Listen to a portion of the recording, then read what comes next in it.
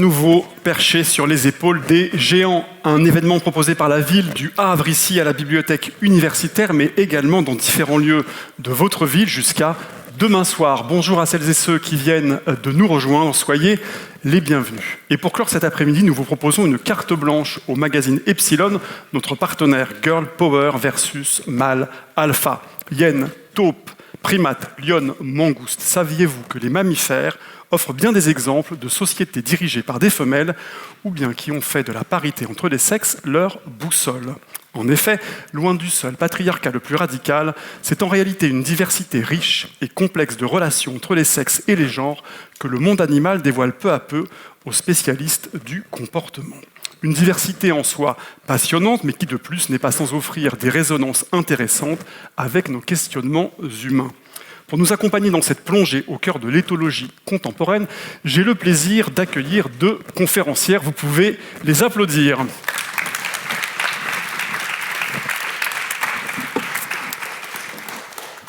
Mathilde Fontès, bonjour. Bonjour. Vous êtes journaliste scientifique, cofondatrice et rédactrice en chef du magazine Epsilon, dans lequel vous mettez en lumière les découvertes majeures dans de nombreux domaines, de la physique à la santé, en passant par l'environnement et l'espace. C'est bien résumé, merci. Également avec nous, Alexandra Pien, bonjour. Bonjour. Vous êtes également journaliste au magazine Epsilon, que vous avez cofondé avec d'autres de vos collègues.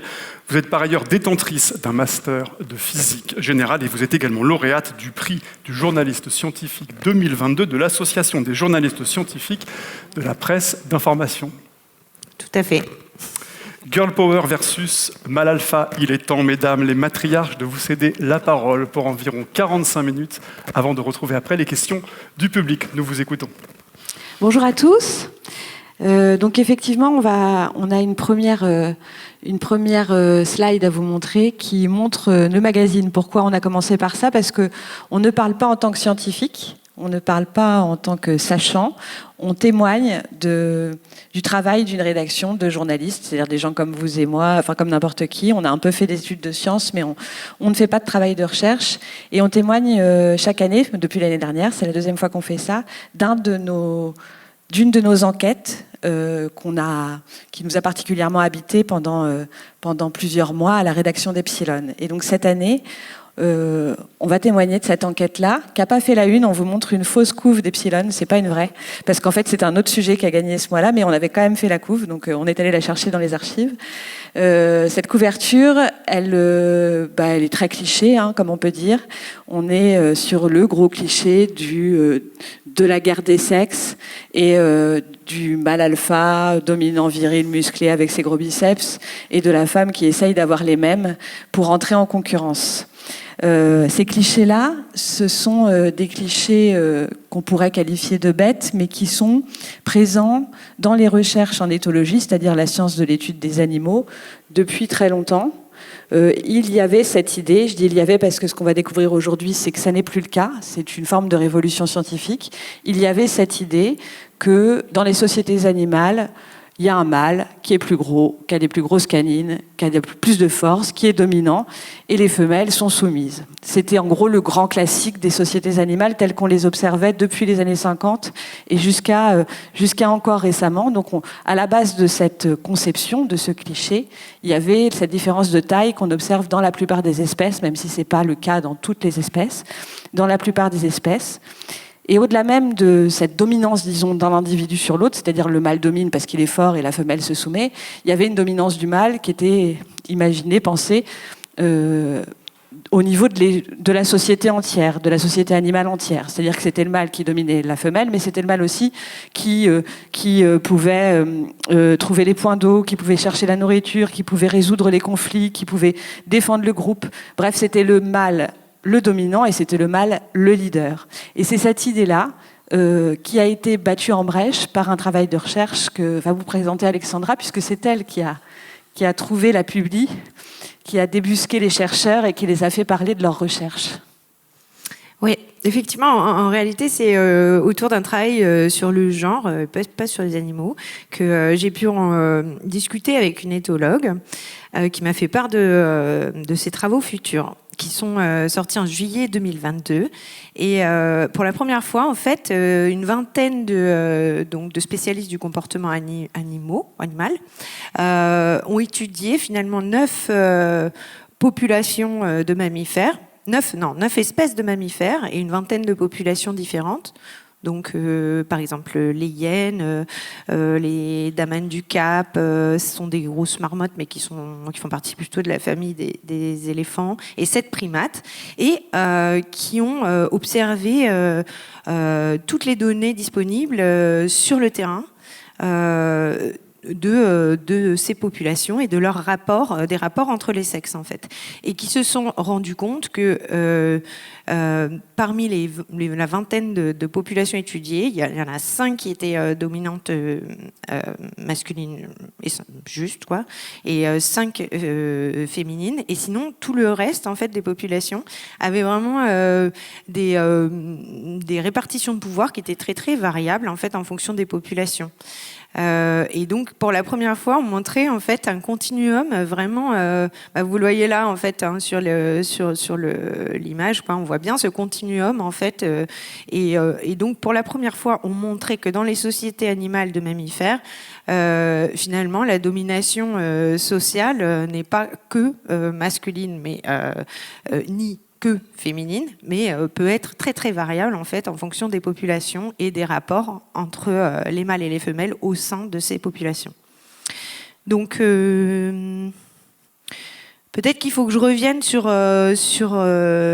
la définition de ce pouvoir en fait, parce que c'est important. La définition du pouvoir social dans les sociétés animales, c'est la capacité d'un individu à monopoliser des ressources.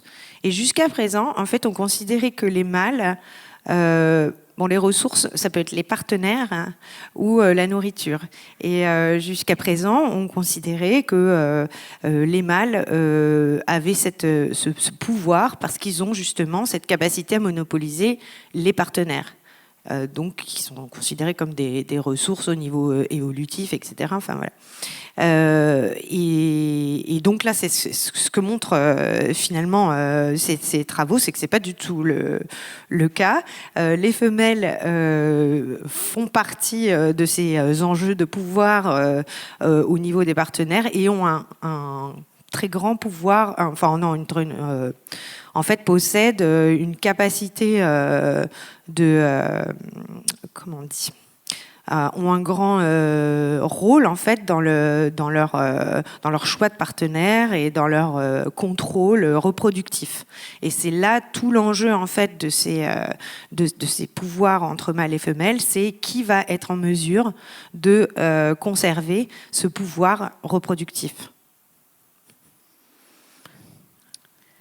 Et donc ces travaux, ils ont été menés récemment. Alors pourquoi récemment ? Pourquoi est-ce qu'on découvre ça que maintenant ? Ça fait quand même longtemps qu'on étudie les animaux, donc on l'a dit depuis les années 50 au moins. Et en fait, ce qu'on s'était dit, c'était plutôt qu'il y avait des mâles dominants et des femelles dominées. Pourquoi est-ce qu'on découvre ça que maintenant ? Il y a plusieurs raisons. Je vais parler d'une raison transversale, puis je vais laisser Alexandra décrire un peu le travail des chercheurs. Mais la première raison, c'est que jusque-là, on n'avait pas bien regardé. On avait regardé les animaux un peu de loin. Et ces chercheurs, le travail qu'ils ont fait, c'est de faire de grandes études de près, de terrain, etc. Oui, c'est ça. En fait, il y a ce qui manquait cruellement, c'est justement de regarder les relations entre mâles et femelles. Ce qui était fait jusqu'à présent, ce qui était considéré, c'était le mâle est souvent plus gros physiquement que la femelle. Il impose finalement une force coercitive, on appelle ça dans le jargon, qui fait que de toute manière, il aura toujours le dessus par rapport à la femelle dans les batailles de pouvoir entre les sexes. Et donc, ça faussait complètement finalement les choses. Et ces chercheurs, ce qu'ils ont fait, c'est vraiment se plonger au milieu des populations, regarder vraiment les interactions entre mâles et femelles, et donc qui a les oreilles en arrière, qui va prendre le dessus dans tel ou tel conflit, qui se bat, etc. Et ils se sont rendus compte qu'effectivement, il y avait énormément de femelles qui prenaient le pouvoir. Et il y a eu la confirmation là, en juillet 2025 sur quasiment toutes les espèces de primates, 121 espèces de primates, donc ils ont étudié les données de 253 populations et ils font exactement le même constat, c'est-à-dire qu'ils observent à nouveau ces nuances énormes en fait entre les différentes populations de mammifères, de primates en l'occurrence, avec voilà, des résultats qui sont étonnants. Il y a une autre raison qui est un peu étonnante et qui est intéressante. On a décidé de vous la résumer ici sous la forme d'une très longue citation un peu difficile à lire sur un écran, je m'excuse. Je vais vous la lire. Il s'agit d'une citation de Franz de Waal, qui est un grand primatologue qu'on a eu la chance d'interroger avant son décès l'année dernière, et qui portait un regard sur toute la recherche qui avait été menée avant lui, et qui dit « Les sujets favoris des hommes étaient la violence, la territorialité, quel mâle s'accouple avec quelle femelle.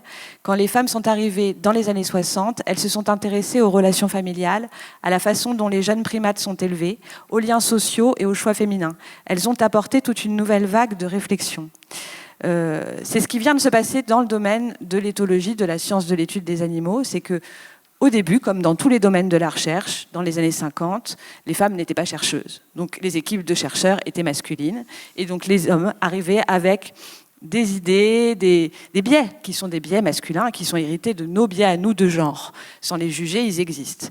Et ils arrivaient avec ces biais, et donc ils ont observé les sociétés animales avec ces biais.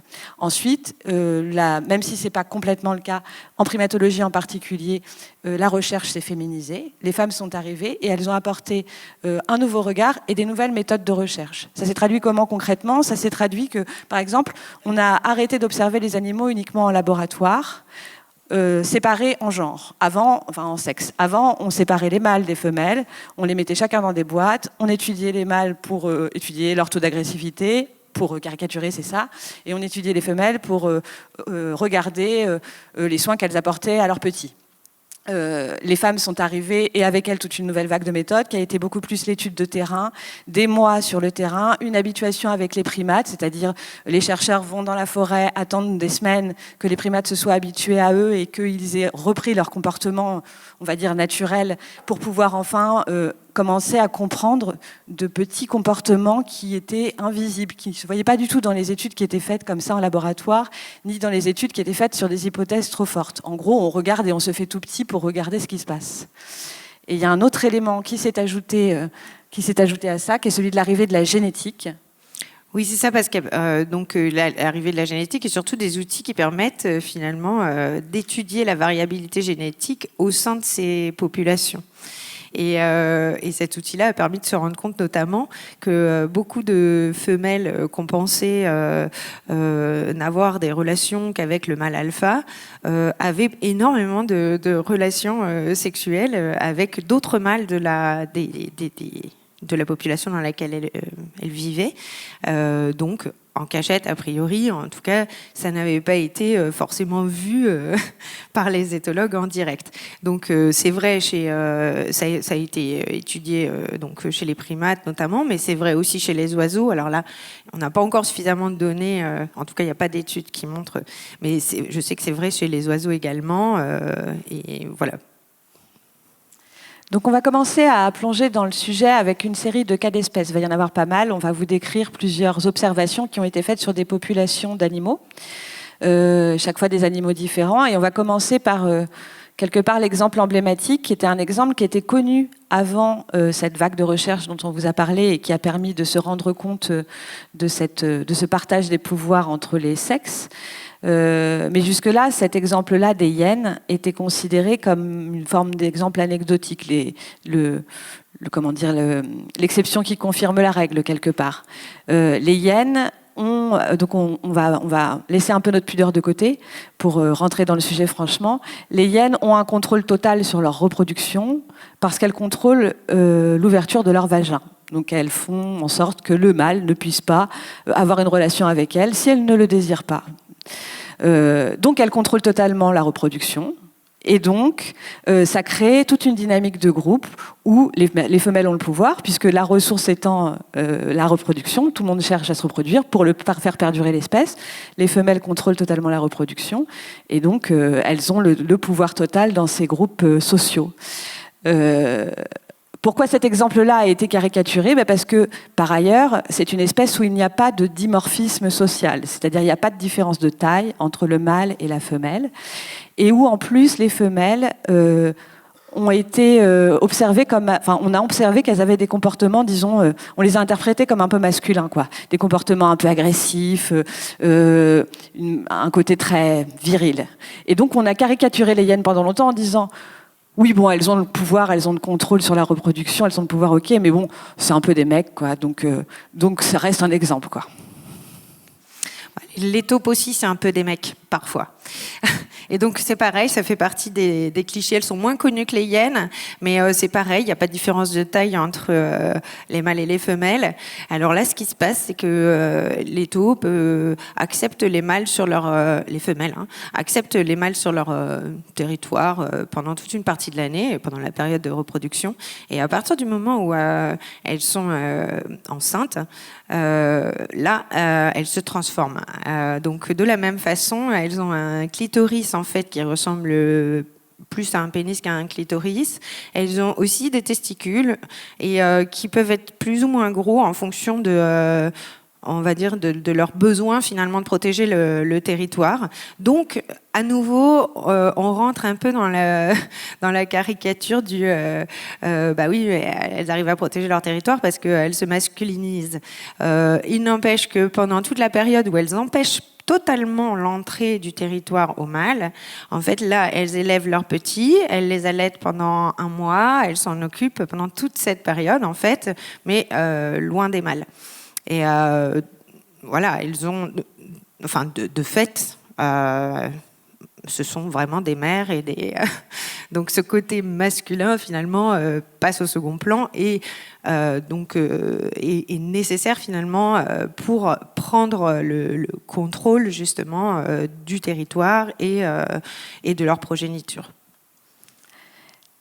Et un troisième exemple qu'on connaît bien, c'est celui des lions. Tout le monde sait comment fonctionnent les sociétés des lions. Ça a fait des super bons dessins animés. Donc on a les femelles qui sont dans un groupe, les mâles qui sont exclus du groupe, les femelles qui restent en famille entre femelles toute leur vie, les mères, les sœurs, les tantes, etc. Et les mâles, ils sont élevés quelques mois, puis ensuite, une fois qu'ils sont matures, ils sont mis à l'écart de la société animale. Donc là, c'est un exemple qu'on connaissait aussi. On va arriver bientôt dans les nouvelles découvertes et les exemples un peu plus subtils. C'est un exemple aussi de société animale totalement structurée, plus que encore même contrôlée, structurée par les femelles. Alors les macaques japonais sont des populations de macaques qui ne sont pas forcément évidents, ils sont assez coercitifs, comme je vous disais. Les mâles sont plutôt violents et pas forcément faciles. Donc dans une population du côté de Kyoto, là, les macaques japonaises ont trouvé une tactique qui est assez originale, qui est de s'accaparer le mâle, en fait. Ok, elles jettent leur dévolu sur un mâle donné, donc elles montent sur son dos et elles ne le lâchent plus. Et finalement, le mâle est d'accord, finalement s'y fait, et donc elle peut se reproduire avec le mâle donné, celui sur lequel elle a jeté son dévolu, et elle reste avec lui. Et d'ailleurs, ces populations, par rapport à d'autres populations japonaises, sont beaucoup plus pacifiques. Il y a un point aussi qui est assez intéressant dans les études, c'est que la plupart des sociétés qui sont dominées par les femelles sont beaucoup plus pacifiques. Et ça s'explique aussi par justement une absence de confrontation entre les mâles pour accéder aux partenaires. Et donc une absence de bataille finalement entre les mâles qui fait qu'au fur et à mesure, la société devient plus pacifique. Les mangoustes, c'est l'exemple parfait de la démarche de recherche des éthologues modernes. Les mangoustes avant, ce qu'on en pensait, ce qu'on en disait, c'est que c'était des sociétés animales dans lesquelles il y avait qui vivaient en clans et qui se faisaient la guerre entre clans, et chaque clan restant complètement en vase clos, personne ne parle au clan d'à côté, tout le monde reste dans son clan et tout le monde se bat avec les clans d'à côté. Dans ce clan, on pensait que les mâles dominaient les femelles comme d'habitude, etc. Sauf que les études génétiques ont apporté quelque chose, c'est qu'en fait, il y a beaucoup plus d'interactions génétiques entre ces clans qu'on ne le pensait. C'est-à-dire que les femelles semblent réussir à aller se reproduire en dehors du clan. Comment font-elles ? En fait, elles déclenchent des guerres. Les guerres qu'on observait, c'est pas les clans qui se battent, non, c'est la femelle qui déclenche une guerre, et au passage, qui va se reproduire avec des mâles de l'autre clan, qui revient après dans son clan, qui donne naissance à un petit. Ce petit n'est pas le petit du clan, ce petit, c'est le petit du mâle du clan d'à côté. Ce qui est assez fascinant, c'est d'une part, ça montre qu'on peut passer complètement à côté d'un comportement animal quand on ne l'observe pas finement. D'autre part, ça montre, ça suggère, disons plutôt, quelque chose d'assez saisissant, c'est que c'est comme si ces femelles avaient pris conscience de l'intérêt de la diversité génétique pour l'évolution de l'espèce. Puisqu'on sait bien, vous le savez peut-être, que quand on se reproduit tout le temps dans une même petite population, il va y avoir des dérives génétiques qui vont après provoquer des dysfonctionnements corporels dans la population. En gros, les petits vont être malades, pas viables, etc. Il faut un brassage génétique pour que une population aille bien. Eh bien, c'est comme si ces femelles avaient compris ça et s'étaient dit on va mettre un petit peu de gènes extérieurs en allant se reproduire avec les mâles du voisin, du clan voisin, et pour ce faire, on va échapper à la domination des mâles de notre clan en déclenchant une guerre. Oui. Alors, les macaques de Java, c'est encore une autre stratégie qui est là, en fait, plutôt un commerce avec les mâles, un commerce de toilettage. Donc ça, c'est un comportement qui a été observé que dans cette population et qui a été démontré il n'y a pas très longtemps. Mais finalement, là, la femelle... arrive à obtenir, à finalement avoir un choix dans le partenaire qu'elle choisit, en toilettant le mâle ou en se faisant toiletter, mais finalement donc en commerçant quelque part son corps. Hein. Faut le dire, faut dire les mots comme ils sont. Les stratégies sont vraiment diverses et variées. Donc là, vous voyez, toutes les stratégies qu'on vous présente, en fait, sont des stratégies soit morphologiques, soit comportementales, soit socio-écologiques. Mais toutes ces stratégies-là ont le même but, c'est le contrôle de la reproduction. C'est le contrôle, c'est le fait de pouvoir choisir le moment où la femelle va se reproduire et avec qui. Les Sifaka, alors je ne sais pas pourquoi je veux toujours dire Sikafa. C'est une sorte de lémurien, si je ne dis pas de bêtises, oui, voilà. Donc, les Sifaka, en fait, eux c'est une population où les individus ont la même taille. Les mâles et les femelles ont la même taille, ce qui ne les empêche pas d'avoir beaucoup de conflits entre eux, beaucoup de batailles. Mais alors, ce qui est étonnant dans cette population, c'est qu'ils ont énormément de batailles jusqu'à ce que la femelle devienne capable de procréer, c'est-à-dire jusqu'à ce qu'elle soit adulte, en gros. Et à partir du moment où elle est adulte, alors que auparavant ça se bastonne dans tous les sens, etc. À partir du moment où la femelle est en capacité de procréer, il lui suffit de lever un sourcil pour que le mâle s'incline systématiquement. Donc les lémuriens, ça fait partie aussi des populations un petit peu typiques qui ont mis un peu la puce à l'oreille mais comme ils n'ont pas de différence de taille entre les mâles et les femelles, c'était aussi considéré comme une exception. Mais voilà, ça fait partie des populations un peu phares qui ont lancé un peu ces recherches justement pour comprendre la domination féminine. Et les vervets. Alors les vervets, eux, c'est particulier, c'est une population qui est composée en majorité de femelles. Donc ça peut être 60 femelles pour 6 à 7 mâles. Mais ce qui est intéressant dans ces populations, c'est que finalement, il y a une sorte de sagesse sociale au sein des vervets qui fait que les femelles ne choisissent pas n'importe quel mâle.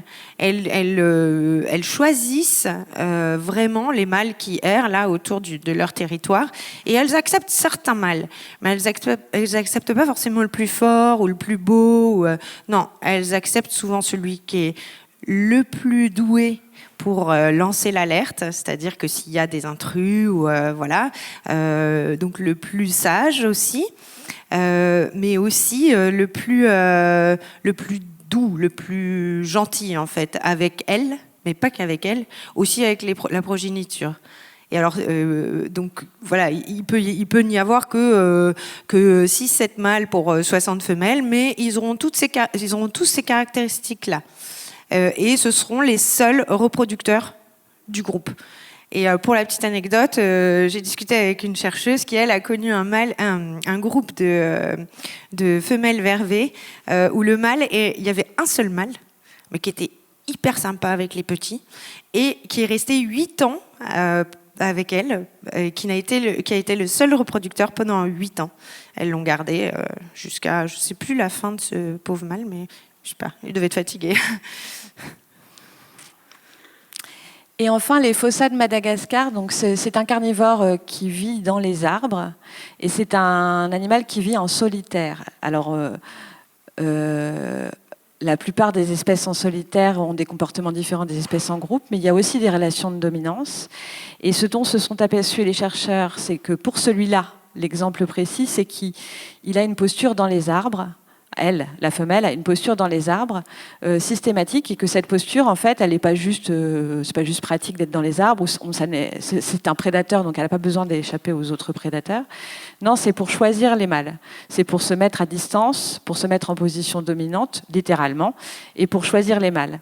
Et lors de la dernière publication qui vient de paraître, c'est l'une des conclusions que les chercheurs formulent, c'est que la plupart des espèces dans la plupart des espèces arboricoles, ce sont les femelles qui dominent. Donc en fait, la posture en hauteur, bon ça c'est une interprétation qui se tient mais qui n'est pas prouvée, la posture en hauteur pourrait avoir été adoptée pour cette sélection reproductive, pour pouvoir choisir le mâle avec lequel on se reproduit. C'est ça. Alors les suricates, c'est un peu, c'est aussi pour montrer que la domination des femelles peut aussi engendrer des populations aussi coercitives que les mâles, que quand les mâles dominent. Donc chez les suricates, en fait, c'est une reine qui domine, donc et qui est l'unique à se reproduire pour toute la colonie. Elle impose vraiment sa loi, elle élimine les femelles qui la dérangent, même quand ce sont ses enfants ou peu importe. Et ce qui est assez étonnant aussi au niveau physiologique, c'est que donc elle a cette capacité de se reproduire.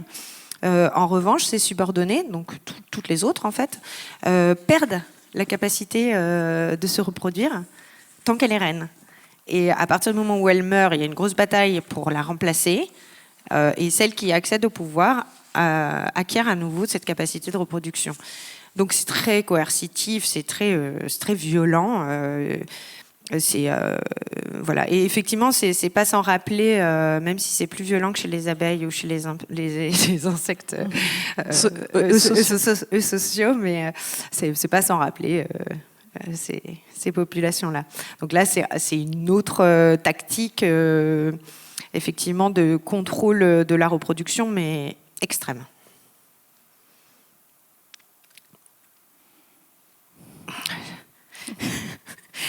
Voilà. Donc, non. Alors là, voilà. Je pense que je reprends un peu ce que je vous ai dit tout à l'heure, c'est-à-dire que finalement, avec la dernière grosse étude là qui est parue cet été là, sur l'ensemble des populations de primates, En fait, donc ça corrobore complètement ce côté continuum en fait de domination mâle-femelle. Hein. C'est pas du tout noir-blanc, c'est vraiment très très nuancé, beaucoup plus subtil que ce qu'on pensait, etc. Et puis bon, voilà, il y a des conclusions aussi qui sont intéressantes. Par exemple, il y a aucun cas de dominance masculine stricte chez les espèces monogames. Donc ça veut dire que quand on est en couple, il n'y a pas de dominance, c'est ça ? Voilà, c'est ça. Chez les espèces qui vivent en couple, en fait, il n'y a pas de dominance stricte, soit des mâles, soit des femelles. Chez les espèces qui ont la même taille, ça je vous l'ai déjà dit, c'est les femelles qui dominent le plus souvent. Voilà. Puis après, dans le reste de tout ce tableau de populations diverses et variées, hein, parce que ça va des populations solitaires, monogames, enfin qui vivent en couple, qui vivent en petits groupes, en grands groupes, avec des gros mâles, avec des petits mâles, avec des grosses femelles, avec des petites femelles. Voilà, tout ça, ça forme un beau continuum. Et puis après, dans les choses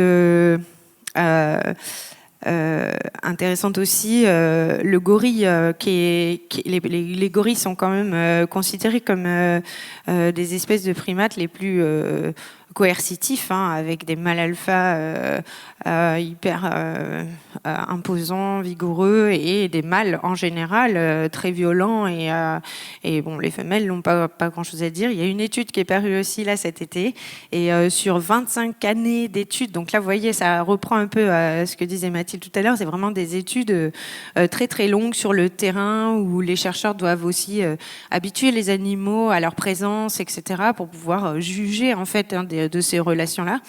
Et ils se sont rendus compte que certes, les femelles ne gagnent pas contre le mâle alpha, mais dans 30% des cas, elles gagnent les conflits avec les autres mâles de ces populations.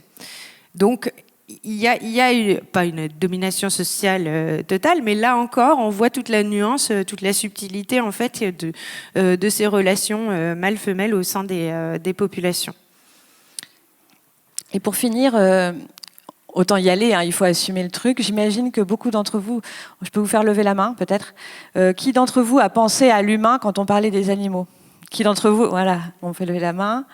Qui d'entre vous s'est dit la femelle dominante c'est la femme, oui je me vois bien, d'accord, c'est une situation auquel je pense, bien sûr c'est un couple que je connais, tout ça. Tout le monde s'est dit ça.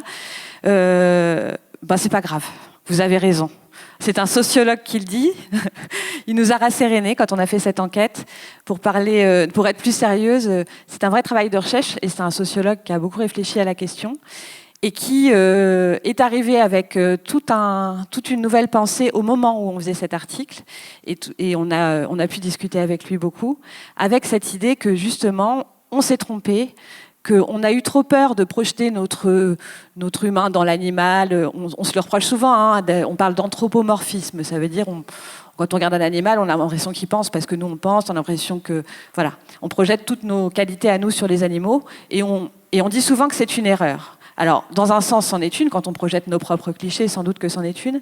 Mais ce que dit Bernard Lahire, c'est qu'on a souvent, à l'inverse, trop négligé les recherches menées en éthologie, chez l'animal, pour comprendre notre société à nous. Et il va même plus loin. Donc, lui, il dit que les éthologues sont les premiers sociologues, sont tous des sociologues, c'est des études de société, au même titre que nos sociétés à nous, humaines. Et ce qu'il dit même, c'est qu'on a trop tendance à interpréter notre fonctionnement à nous comme culturel, dans le sens construit.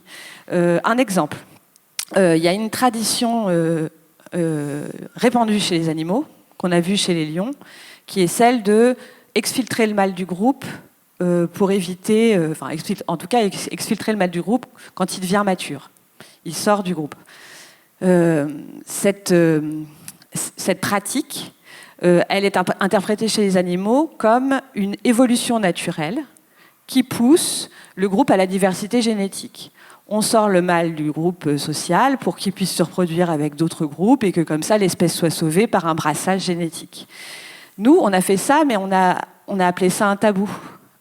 On a évité l'inceste. On a appelé ça inceste. On a dit, on met les mâles à l'écart, ils n'ont pas le droit d'eux.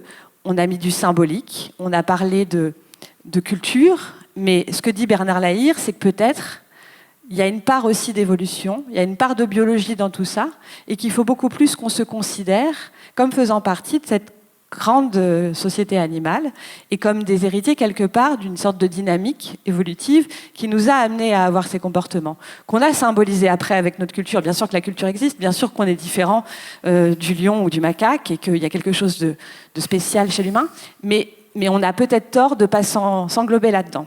Et pour finir, je voulais vous lire une citation qu'on a trouvée appropriée, qui est celle d'une ethnologue et anthropologue française qui s'appelle Françoise Héritier.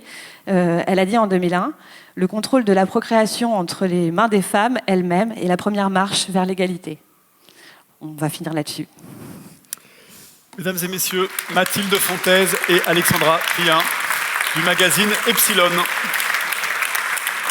Et je vous propose de poursuivre cette conférence en vous donnant la possibilité de leur poser vos questions, j'imagine nombreuses, sur ce thème qui nous touche de près.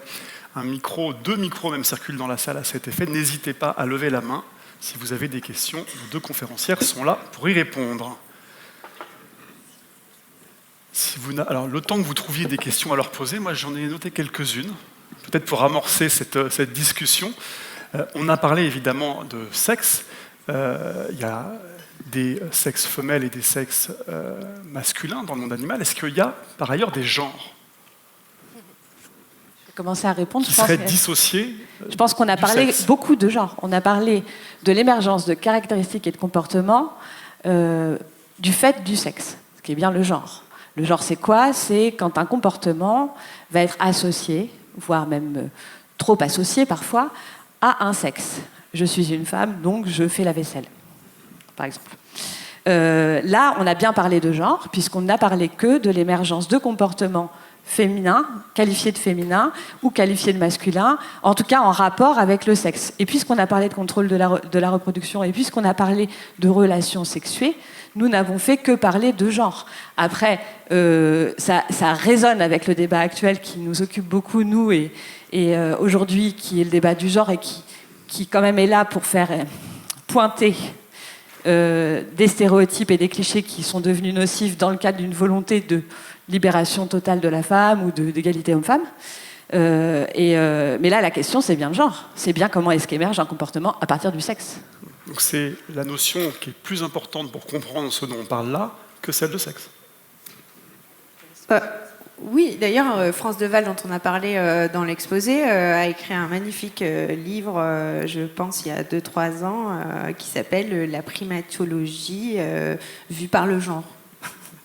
Et je pense qu'effectivement, je ne vais pas répéter ce qu'a dit Mathilde, mais oui, on parle de genre, forcément. Une question, madame, au fond de la salle. Non genré, c'est ok aussi. Du coup, j'ai besoin qu'on me rappelle ce que c'est que l'éthologie. Et ma question, du coup, c'est est-ce que nous, les êtres humains, avec un grand H, enfin, les hommes, les femmes, est-ce qu'on n'est pas trop déconnectés de tout ce genre de système, en fait, enfin, ou alors on le voit pas de la même manière, sûrement. Enfin, je ne sais pas comment exprimer cette interrogation, mais les schémas sont un peu les mêmes, mais avec des codes d'humains dans notre société. Je pense que c'est ce à quoi, ce qu'on a essayé d'exposer au dernier moment là, de la présentation. Alors déjà, l'éthologie, c'est donc l'étude des comportements, des relations animales en fait, des comportements animaux. Non, alors on appelle ça l'éthologie effectivement pour les animaux non humains. On appelle ça la sociologie pour les animaux humains. Voilà. Et c'est bien la réunion des deux que prône le sociologue qu'on va intervenir à la fin et qui nous dit qu'il faut effectivement se rapprocher un petit peu se mettre dans la nature et ne pas se mettre à côté de la nature, au sens de faire partie du monde animal pour mieux réfléchir sur nos sociétés. À l'inverse, il y a la même réflexion au niveau de l'éthologie, c'est-à-dire intégrer la culture aussi dans le monde animal. C'est-à-dire qu'on a beaucoup négligé, alors ça fait pas partie de notre exposé, mais cette notion de culture que nous on connaît bien et qu'on met un peu au-dessus de tout, justement qui masque pas mal les rapports humains, les rapports, voilà. Elle est aussi très elle est aussi elle fait l'objet de beaucoup de recherches aussi chez les animaux non humains et il y a énormément de cas de présence de culture chez les animaux qui est souvent négligée aussi. Donc c'est un peu des deux. Moi j'ai envie de dire il faut ramener un peu de culture dans le monde des animaux non humains et inversement ramener un petit peu d'éthologie, de rapport. Voilà. Peut-être une autre question au premier rang, madame. Bonjour et merci pour cette présentation. Moi j'avais une question, vous nous avez montré quasiment exclusivement des exemples de femelles qui adoptent des comportements masculins. Est-ce qu'on trouve aussi des mâles qui adoptent des comportements qu'on prête au genre plutôt féminin? Vous parlez une fois d'un type de singe dont je n'ai pas retenu le nom, qui est gentil avec les enfants, mais est-ce qu'on a ce type d'exemple? Oui, je cherche dans ma mémoire. Alors, de façon générale, effectivement, là, on a illustré le propos. C'est pas tant des femelles qui ont des comportements masculins que des femelles qui tentent de prendre le contrôle sur leur reproduction, ce qui n'est pas pareil, excepté les hyènes et les taupes, effectivement, qui sont des cas un peu particuliers. Mais c'est une femelle qui provoque des guerres aussi. Ouais, mais la guerre, elle participe pas à la guerre, elle provoque la guerre. Ouais, elle les provoque sans nom. Typiquement féminin. Depuis la guerre de Troie. Ouais. Mais oui, enfin justement dans son livre France de Waal, il en parlait très bien aussi de certains mâles alpha. Il racontait par exemple les mâles alpha chimpanzés. Les chimpanzés sont considérés comme sont très coercitifs aussi. C'est pas super sympa quoi par rapport aux bonobos. Chez les chimpanzés par exemple, lui explique que parmi 5 mâles alpha, il y en aura un qui sera coercitif. Les autres sont juste sages, et donc ils permettront au groupe en fait de prendre les bonnes décisions et d'aller dans le bon sens. Et d'ailleurs, ils seront secondés par une femelle alpha, toujours quasiment, qui sera sage aussi. Et ensemble, ils forment un duo super. Donc, j'avoue que c'est vrai que là, j'ai pas d'exemple comme ça mais bien sûr que dans les populations animales, il y a des mâles qui sont doux, sages, sympas. C'est que dans la plupart des espèces, en tout cas celles auxquelles on pense, ils sont remisés dans le bas-fond de la société. Quoi. Oui, tout à fait. Ouais. Souvent, ils sont mis de côté. Les grosses brutes épaisses qui fichent le bazar dans la société, elles restent pas très très longtemps en fait au sein de la société, mâle ou femelle. Et des femelles aussi. Il y a des femelles aussi qui sont très désagréables. Une autre question peut-être, oui, là-bas. Je ne sais, madame. Et le micro est là. Donc, monsieur, posez votre question au premier rang et ensuite madame au dernier rang, dans la travée centrale. Oui, moi je me posais la question de l'évolution. Vous en avez parlé un petit peu. Est-ce qu'on peut imaginer qu'un jour, cette reine qui domine à la fois les mâles et les femelles, puisqu'elle se choisit son partenaire et elle paraît assez exclusive, est-ce qu'il pourrait y avoir une nuit du 4 août pour cette femme ou un début de révolution parmi ses congénères pour avoir un peu une place au soleil aussi? Ou est-ce qu'on n'a pas assez de recul? C'est ce que je pense. Qui veut répondre, Alexandra? Je pense qu'on n'a pas assez de recul. Je pense que ce serait intéressant, effectivement, il eût été intéressant d'avoir des études de terrain qui datent avant les années 50, avant. Malheureusement, on ne les a pas. Donc là, il va falloir effectivement attendre encore, si tant est qu'on laisse vivre ces populations tranquillement dans le monde et qu'elles persistent. Mais il faudra encore attendre de nombreuses années pour voir l'évolution effectivement des populations. Parce qu'il y a des évolutions, en effet. Chez les bonobos, par exemple, il y a des évolutions aussi. On sait maintenant aussi que, parce qu'on pensait que chez les bonobos, les femelles étaient toujours dominantes. C'est pas le cas. En fait, il y a des populations dans lesquelles les mâles dominent également. Alors peut-être qu'ils apprennent aussi, parce que chez les bonobos, j'en ai pas parlé, mais les femelles en fait font des signaux de reproduction trompeurs. C'est-à-dire qu'elles montrent aux mâles qu'elles sont en période d'ovulation ou voilà. Or, c'est pas le cas. Et donc elles trompent complètement les mâles, et ce qui fait qu'ils sont complètement perdus, ils savent plus du tout quand est-ce qu'ils peuvent se reproduire ou pas. Ce qui leur permet finalement de garder un contrôle aussi là sur leur reproduction. Et dans ces populations, les femelles dominent largement. Sauf que les dernières études montrent que, alors, est-ce que les mâles commencent à comprendre? Est-ce que, justement, il y a une évolution? Ça, on le saura plus tard. Je serai plus là, peut-être. Il y avait une question par ici, je crois, madame. Et ensuite, il y aura une question à ma gauche, au dernier rang. Oui, merci beaucoup. C'était très intéressant. Et je voulais savoir quelle est la différence entre la sociologie et l'anthropologie. Parce que vous avez cité, la dernière citation, c'était une anthropologue, et il y a l'ethnologie aussi, ça consiste en quoi? Et éventuellement, est-ce qu'il y a des mammifères où les femelles détruisent le mâle, où on le voit que chez les insectes, comme avec la menthe religieuse? D'abord, question de définition des disciplines. La sociologie, donc, c'est l'étude des rapports au sein des sociétés humaines actuelles. L'anthropologie, c'est plus l'étude justement de l'évolution des populations humaines, mais pas que dans les... Oh, je sais, hein, c'est ça, l'anthropologie, c'est l'étude de l'humain à travers le temps. Voilà. Donc ça commence à la fin de la paléontologie, qui est l'étude de l'humain préhistorique, on va dire.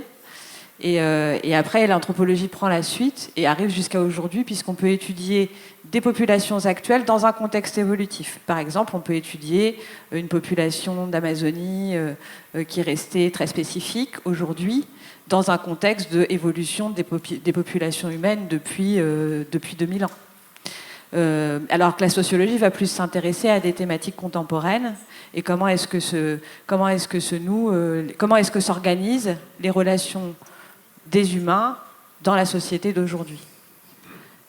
Et il y avait une deuxième question, question, ouais, je suis en train de réfléchir intensément. Est-ce qu'il existe des populations de mammifères dans lesquelles les mâles oui, c'est ça. Ou les femelles peuvent comme chez les menthes religieuses, éliminer le mâle. Je connais pas.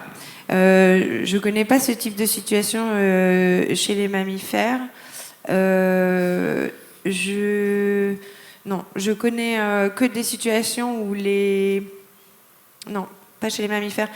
Je connais des situations aussi chez d'autres, chez les méduses par exemple, ou chez les comment on appelle, les poulpes, ou certaines araignées aussi, où là c'est plutôt la mère qui se sacrifie pour les enfants. C'est-à-dire qu'elle pond et ensuite les œufs et le développement des petits, les petits vont puiser en fait toute leur énergie, tous leurs nutriments, chez la mère. Qui, elle, disparaît. Ouais, ils mangent leur mère. Pourquoi j'ai mangé ma mère?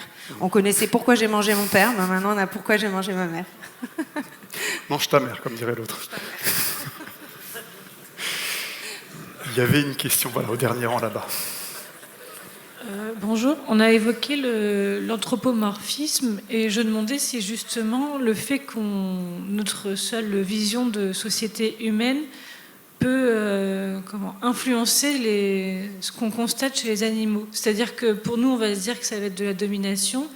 Est-ce que c'est réellement ça ou c'est vrai parce qu'on le voit en tant qu'humain? Enfin, je sais pas comment...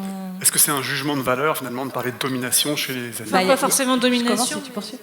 Il y a des biais, je vous vois pas. Ah oui, vous êtes là. Il y a des biais évidemment, puisqu'on en a décrit dans le début, puisqu'on a raconté que pendant 50 ans, en gros, les spécialistes se sont plantés avant de se rendre compte qu'aujourd'hui, voilà. Donc on voit bien qu'on peut se tromper, on pourrait tout à fait se tromper à nouveau et revenir dans 20 ans, vous faire une super conf en vous disant ah en fait c'était encore trompé. Mais on a l'impression tout de même que la démarche avance avec des observations plus précises, plus fouillées, etc. Et on a l'impression qu'il y a aussi une réflexion qui est menée sur les biais, justement. Comment est-ce que notre regard va influencer les observations qu'on fait. Et pour finir, dans les propos de ce sociologue qu'on a cité à la fin, et d'autres propos qu'on a beaucoup réfléchi, nous, à Epsilon en général, puisqu'on a tendance à même en illustration dans le magazine, a beaucoup joué avec ça, c'est-à-dire à mettre des animaux dans des postures humaines. Récemment, on a mis, je ne sais plus, c'était un tigre au comptoir avec un whisky, par exemple. Et donc on fait souvent ça, et ça nous a été reproché par des lecteurs. A-t-on le droit de mettre comme ça des animaux dans des postures humaines? Est-ce que c'est pas les ridiculiser? Et est-ce que c'est pas projeter sur eux une vision humaine, etc. Et beaucoup de sociologues et de philosophes sont en train de réfléchir à ça, et dont certains disent, comme Lahire, disent non, ça n'est pas une mauvaise chose, c'est une bonne chose, puisque comment est-ce qu'on pourrait comprendre sans se mettre un peu à la place? Comment est-ce qu'on pourrait comprendre sans cet aller-retour fructueux? Et ce que Lahire dit, c'est on ne peut pas comprendre les sociétés humaines sans étudier les sociétés animales, et ce à quoi Alexandra répliquait tout à l'heure, et l'inverse est vrai aussi. Donc je pense qu'il faut se méfier au contraire, aujourd'hui, en tout cas les chercheurs ont l'air de vouloir se méfier de cette séparation étanche qu'on opère entre nous et l'animal. Et par rapport au biais, d'autres philosophes aussi mettent en garde actuellement sur, en tout cas, notent qu'effectivement, actuellement, on a de plus en plus d'études de ce type qui sortent. Alors, c'est super parce qu'en fait, on voit bien, hein, c'est basé sur des données quand même fiables, etc. Mais voilà, qui montrent aussi, ces philosophes, que c'est aussi parce qu'on a une société qui se pose beaucoup de questions sur le genre, sur l'égalité homme-femme, etc., que ces études peuvent voir le jour. Peut-être moins aux États-Unis, mais bon, ici encore. Il y aura de moins en moins d'études sur quoi que ce soit. Ouais, peut-être que ça va passer très très vite, en fait. On a encore le temps pour quelques questions. Madame, au premier rang. Oui, du coup, je me posais la question s'il y a des études qui sont menées dans le règne animal, qui ne soient pas genre uniquement sur le genre 100% mâle ou le genre 100% femelle, s'il y a des études qui sont réalisées pour le domaine animal, ou c'est pas du tout d'actualité encore? Alors là, dans ces études-là, il n'y a pas de genre présupposé. Hein. Il y a juste un sexe observé. Donc il n'y a pas de genre présupposé. Justement. C'est justement ça qui est intéressant. C'est ça tout l'enjeu de ces études, en fait. C'est que pour la première fois, on regarde les relations entre mâles et femelles. C'est-à-dire qu'avant, comme on présupposait que de toute manière, les mâles étaient socialement dominants dans le choix des partenaires, en fait, on n'étudiait même pas. On n'étudiait pas les relations entre mâles et femelles. On étudiait les mâles, ok, comment ils font pour conserver la domination, et les femelles, comment elles font pour accéder à la nourriture. Mais on ne mélangeait pas les deux, en fait. Et là, la nouveauté, c'est que justement, maintenant, on étudie les relations intersexes, c'est-à-dire mâle-femelle, ok, comment ils se débrouillent ensemble. Ce qui peut présupposer qu'il y a autant de genres qu'on peut imaginer, y compris dans le monde animal. Oui. Tout à fait. Merci. Encore peut-être une question ou deux, on a le temps.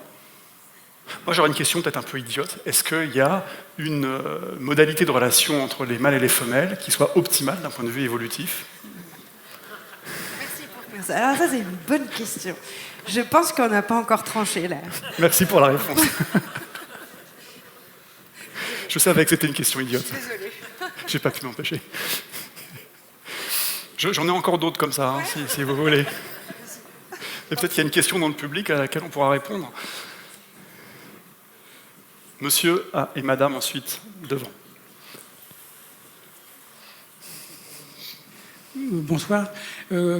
Comment sont reçues dans le monde politique et le monde économique les études dont vous nous avez fait part?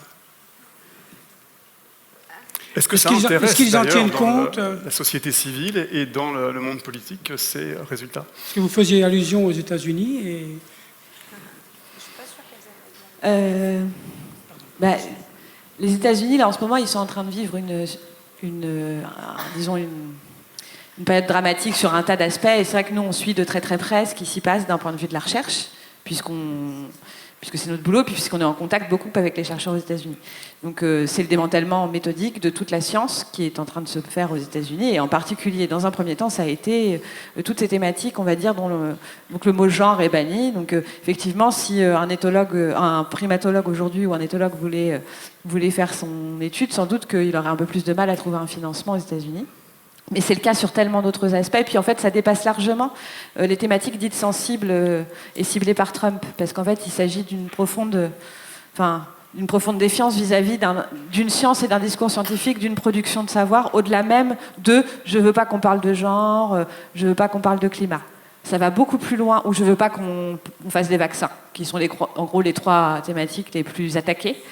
Et donc, on a des chercheurs en astrophysique qui font rien de mal, eux, ils regardent les étoiles, on pourrait les laisser faire, bah non, ils ont quand même leurs subventions qui sont arrêtées, etc. Donc, est-ce que ces études pourraient avoir lieu je pense qu'après, il y a une communauté de recherche mondiale qui essaye de prendre le relais, mais qui a bien du mal, parce que les États-Unis sont écrasants en termes de financement de recherche depuis déjà très très longtemps.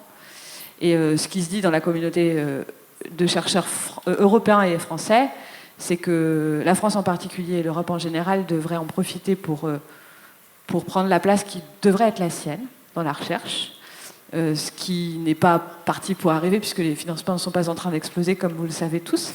Et puis après, il y a la Chine qui déjà est première devant les États-Unis en termes de publications scientifiques et qui devient un territoire de recherche incroyable en fait. Donc on est là en train de vivre un moment très singulier dans la recherche en général, et on ne peut pas trop prédire ce qui va se passer, quoi. Juste, je voulais ajouter que ce type de recherche, ça peut aussi être très confidentiel. Par exemple, quand on mène l'enquête, là je vais faire part un peu de mon métier, mais on apprend, on lit 2-3 publications sur tel ou tel sujet, on appelle un autre chercheur à l'autre bout du monde qui travaille sur une autre population qui n'a rien à voir avec la population de primates d'avant, et il n'est pas au courant des travaux qui ont été faits de l'autre côté. Et donc du coup, le travail, enfin là je vais faire un peu de pub pour notre métier, mais le travail du journaliste scientifique, il est là aussi. Il est justement de rassembler tous ces savoirs qui sont un peu disparates et disséminés plutôt partout dans le monde, et de les synthétiser. Donc ce qu'on a fait là au sein du dossier Epsilon, quoi. Mais c'est vraiment et donc il est important de lire ces travaux. Et de lire Epsilon. Et de lire Epsilon, bien sûr, mais pas que. Enfin, je veux dire, je pense que c'est important. Ouais. Il y avait une question juste devant, madame. Moi, je m'interrogeais, vous avez parlé de comportement de femelles qui allaient chercher un mâle à l'extérieur pour la perpétuité de l'espèce. Est-ce qu'il y a des comportements de femelles ou de mâles qui aboutiraient à une limitation des naissances, par exemple? Est-ce qu'il y a des comportements qui font que... devant, je ne sais pas, l'absence de nourriture, est-ce qu'on arrive à savoir s'il se passe des choses dans ce domaine-là? Alors, devant l'absence de nourriture, devant la limitation des ressources, je ne sais pas, on peut imaginer que oui. Par contre, il y a des stratégies, effectivement, qui sont, par exemple, pour les femelles, de limiter la période de reproduction. De diminuer finalement le temps pendant lequel elles vont pouvoir procréer. De manière biologique. De manière biologique. Mais après, le lien avec les événements extérieurs, j'ai pas vraiment d'exemple. Mais c'est une des stratégies qui est adoptée. On n'en a pas parlé, mais ça fait partie des stratégies adoptées, de diminuer au maximum en fait la période de réceptivité sexuelle. Ce qui fait que pendant tout le reste du temps, il n'y a pas de problème. C'est un peu... c'est très biologique, hein, mais c'est comme ça. Il nous reste encore quelques minutes. Monsieur, vous avez une question. Nous vous écoutons. Comment vous pouvez juger... comment elles sont faites les études qui déterminent ça? Par exemple... est-ce qu'elles sont faites en laboratoire? Est-ce qu'elles sont observées, les espèces sont observées H24? Enfin, comment ça se passe? Ouais, c'est exactement ça. En fait, les chercheurs sont vraiment se mettent vraiment au cœur d'une population. Par exemple, chez les gorilles, ils vont dans la forêt. Dans la forêt, en Afrique de l'Ouest, pour les gorilles de l'Ouest. Et là, ils vont rester pendant des années. Au milieu des gorilles. Et donc, c'est ce que j'expliquais tout à l'heure. En fait, il faut vraiment longtemps déjà pour que les gorilles s'habituent à eux. Et une fois que les animaux... Alors, je dis les gorilles, mais ça peut être n'importe quel primates ou autres mammifères. Donc une fois qu'ils sont bien habitués finalement à la présence humaine, alors c'est pas 10 humains, hein, c'est quelques-uns qui ont des caméras, qui vont tout filmer, tout photographier, tout décortiquer, noter le moindre petit mouvement, ce qu'ils mangent, les oreilles en arrière, la queue en haut, la queue basse, le sourcil levé, ce que je disais tout à l'heure. Parce que les animaux ne parlant pas, on est obligé d'essayer de lire sur leur comportement ce qui se passe, hein, parce que ce serait plus facile s'ils parlaient, mais... Donc si on aime être au contact des animaux, c'est un métier génial. Hein. Et donc voilà, ils vont finalement noter ça tous les jours, tout le temps. Voilà, qu'est-ce qui se passe. Finir par connaître par cœur aussi la population qu'ils ont en face. Ils leur donnent des noms. Et d'ailleurs, ils s'y attachent énormément. Hein. Ils les adorent, leurs animaux. Enfin, tu vois, leurs animaux, je dis, c'est horrible ce que je dis. Mais ils les adorent, les animaux. Et voilà, ça se passe comme ça. Et donc, c'est vraiment des études de terrain. On appelle ça des études de terrain. Ils sont sur le terrain, au milieu des populations, pendant parfois 10 ans. Ils reviennent chaque année. Et après, s'ajoute à ça des études génétiques, on en a parlé tout à l'heure, pour essayer par exemple de comprendre qui est le fils de qui dans une population d'animaux. Et donc on prélève un peu de gènes, un peu d'ADN à ces animaux, et puis on les analyse, puis on fait des comparaisons entre les différents individus de la population, puis on voit qui est la mère de qui est le père de qui, etc. Comme on pourrait faire avec nous pour vérifier les ascendances et savoir comment se forment les clans. Eh bien, je propose qu'on en reste là, ça sera le mot de la fin, et peut-être que vous avez suscité des vocations. Merci à vous, mesdames, Mathilde Fontaise, Alexandra Guillain. Merci beaucoup pour cette conférence et pour vos réponses.